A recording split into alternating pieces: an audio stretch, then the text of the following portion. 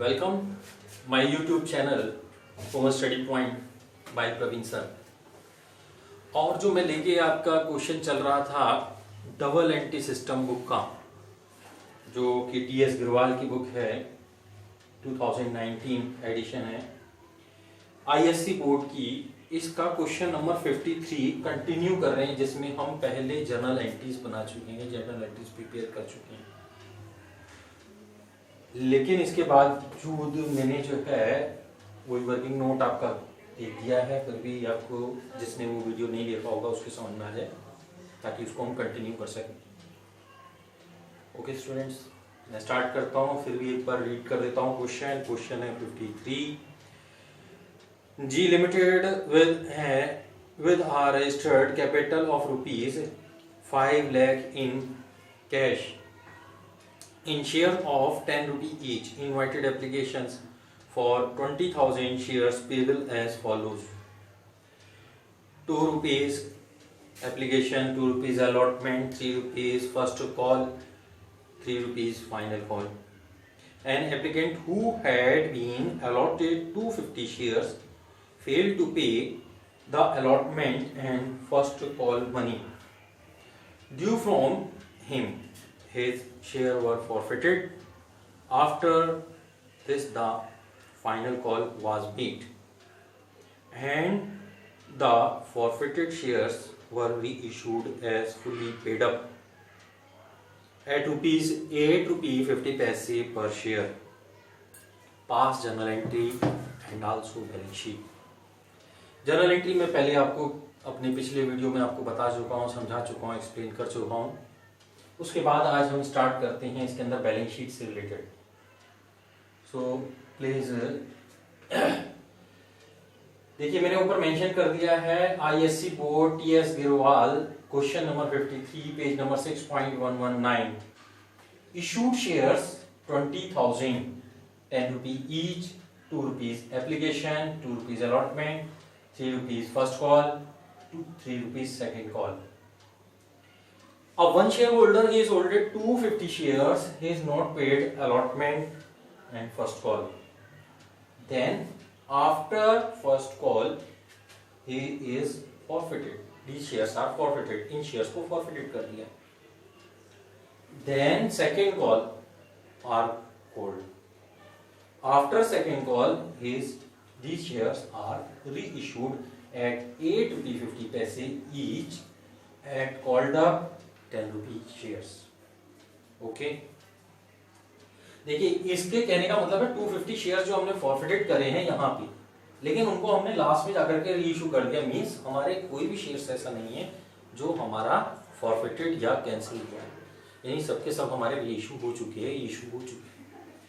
अब इसके बाद हम बात करते हैं कैश बुक की। वैसे आपने कैश बुक जो है समझ चुके होंगे। कैश बुक के बारे में एक बार बता देता हूं मैं। इन्हीं एंट्री से हमने जो कैश बुक बनाई थी, कैश बुक के अंदर हमने पहली एंट्री एप्लीकेशन मनी को रिसीव करने की बनाई थी, उसकी बैंक वाली एंट्री इसके अंदर आ जाएगी हमारी। Share application account 2 share application 40,000, 39,500 से उसका अलॉटमेंट, क्योंकि उसके अंदर पॉलिसी थी। इसके बाद फर्स्ट कॉल 59,250, क्योंकि इसमें भी हमारी कॉल सिग्नेचर थी। सेकंड एंड फाइनल कॉल, क्योंकि हमारे वो शेयर्स फॉरफिटेड करे जा चुके थे, कैंसिल करे जा चुके थे, इसलिए उसका अमाउंट मैनेज कर दिया था। ये मैंने एंट्रीज में आपको अमाउंट की डिटेल बता दी थी, किस तरह से ये अमाउंट आएगा। 59,250।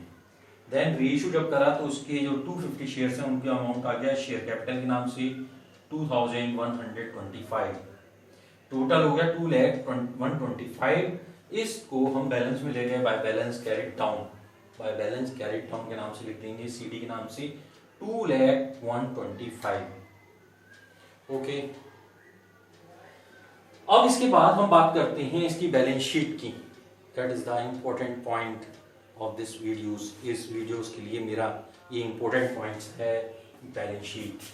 जब हम बैलेंस शीट प्रिपेयर करते हैं, ऊपर लिखते हैं बैलेंस शीट ऑफ उस कंपनी का नाम जिस कंपनी के हम क्वेश्चंस को अटेम्प्ट कर रहे हैं, मींस जी लिमिटेड। उसके बाद सेकंड लाइन में मैंने लिखा है एज एट, वो उसकी डेट डलेगी इसमें अगर क्वेश्चन में गिवन हो तो, अदरवाइज डैश कर देंगे। फर्स्ट कॉलम हमने बनाया सब पर्टिकुलर, फिर उसके बाद note number, then current year amount previous year का अमाउंट ये नहीं रखे हैं, लेकिन ये फॉर्मेट है। पहले हमारी जो बैलेंस शीट बनती थी वो हॉरिजॉन्टल फॉर्मेट में बनती थी, जिसमें पहले लायबिलिटीज और फिर एसेट्स बनाते थे हम, जैसे आपने 11th क्लास में भी करी होगी बैलेंस शीट। लेकिन ये कंपनी की बैलेंस शीट है, ये वर्टिकल फॉर्मेट में बनती है as per schedule 2013।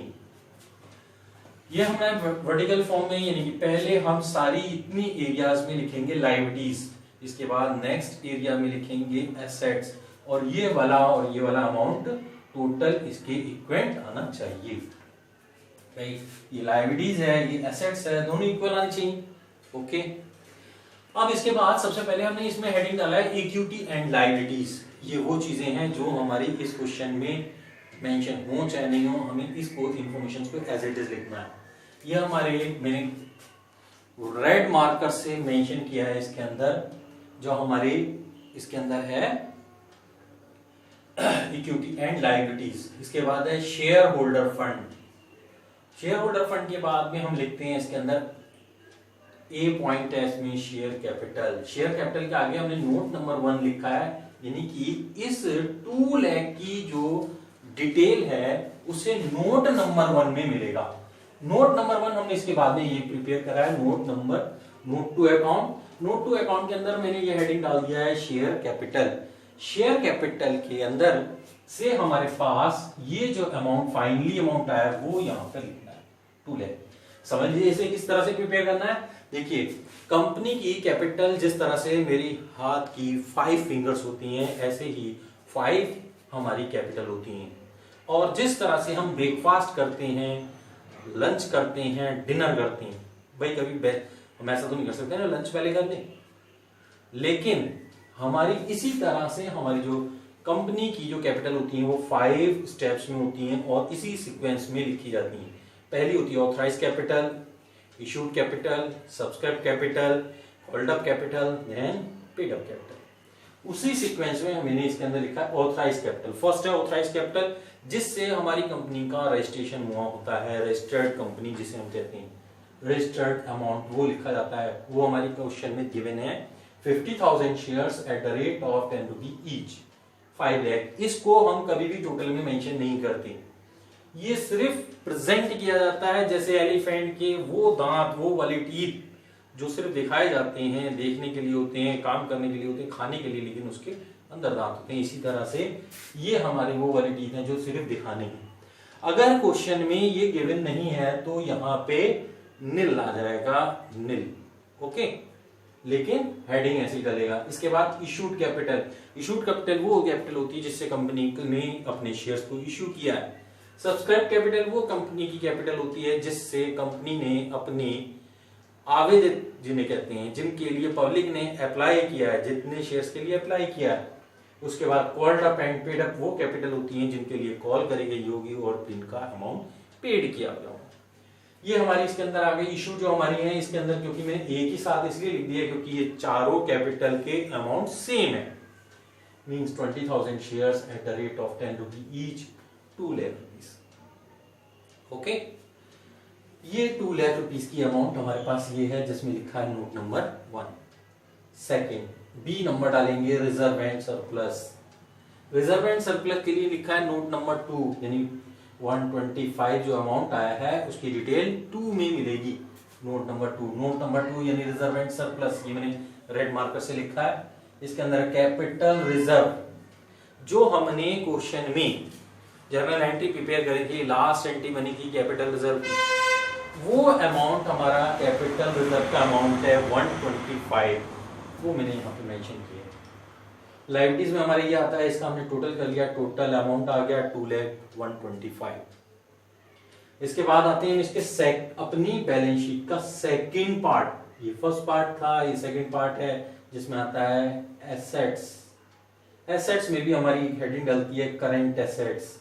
Current assets में मैंने लिखा है कैश एंड बैंक बैलेंस, उसके लिए लिखा है नोट नंबर 3। ये 3 का मतलब है कि इसका नोट नंबर 3 में हमें अमाउंट मिलेगा, यानी cash at bank. Cash at bank 2,125 है। ये हमारा कहां से आया? कैश एट बैंक, यानी कि कैश बैलेंस से। कैश बुक से। कैश बुक में हमारा बैलेंस कितना आया था 2,125, वही सेम अमाउंट हमारे यहाँ पर है।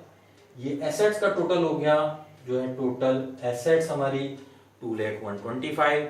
यहाँ पे हमारे पास टोटल लायबिलिटीज आ गई 2,125, दोनों अमाउंट सेम आ गई। ये हमारा फुल फ्लैश क्वेश्चन हो गया, जो हमारा इशू ऑफ शेयर्स के अंदर फुल फ्लैश क्वेश्चन कहलाता है, जिसके अंदर बैलेंस शीट भी प्रिपेयर होती है। लेकिन मोस्टली एग्जाम में बैलेंस शीट नहीं आती, जर्नल एंट्रीज या कैश बुक तक ही आता है। लेकिन मैंने आपको फुल फ्लैश क्वेश्चन करा दिया। भाई अगर मान लीजिए हमारा बैड लक चल रहा हो या आपका बैड लक चल रहा हो, एग्जाम ना आ जाए तो क्या करेंगे? ठीक है, इसीलिए हमने करा दिया है कि ताकि आपका या हमारा बैड लक कोई काम नहीं करे, एग्जाम में आप करके आए। Okay, good luck. मैं ये चाहता हूँ कि आप एग्जाम में ये करके आए और आपको फुल मार्क्स गेन हो, चाहे वो सीबीएसई बोर्ड के लिए हो, चाहे वो आईएससी बोर्ड के लिए हो। मेरी आप लोग के लिए बहुत बहुत विशेष हैं, आईएससी बोर्ड, सीबीएसई बोर्ड फिर से। और मुझे लाइक करना, सब्सक्राइब करना, शेयर करना ना भूलें, ताकि मैं आपके लिए आगे भी अवेलेबल हूँ। Thank you students.